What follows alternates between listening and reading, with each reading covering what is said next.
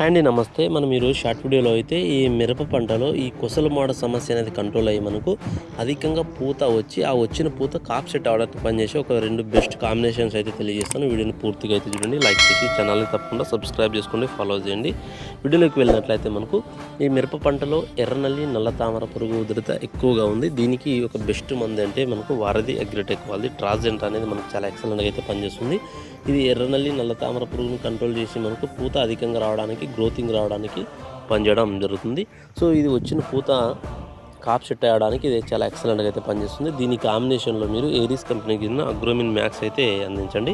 ఒక 250 గ్రాములు Aries Agromin max అయితే తీసుకోండి. ఇది మనకు ఫార్ములా 4 న్యూట్రియన్స్ అయితే ఉంటాయి. ఇది మనకు వచ్చిన పూత మాత్రం డ్రాప్ కానుంటుంది. న్యూట్రియన్స్ లోపం వల్ల ఏమైనా పూత రాలే అవకాశం ఉంటుంది.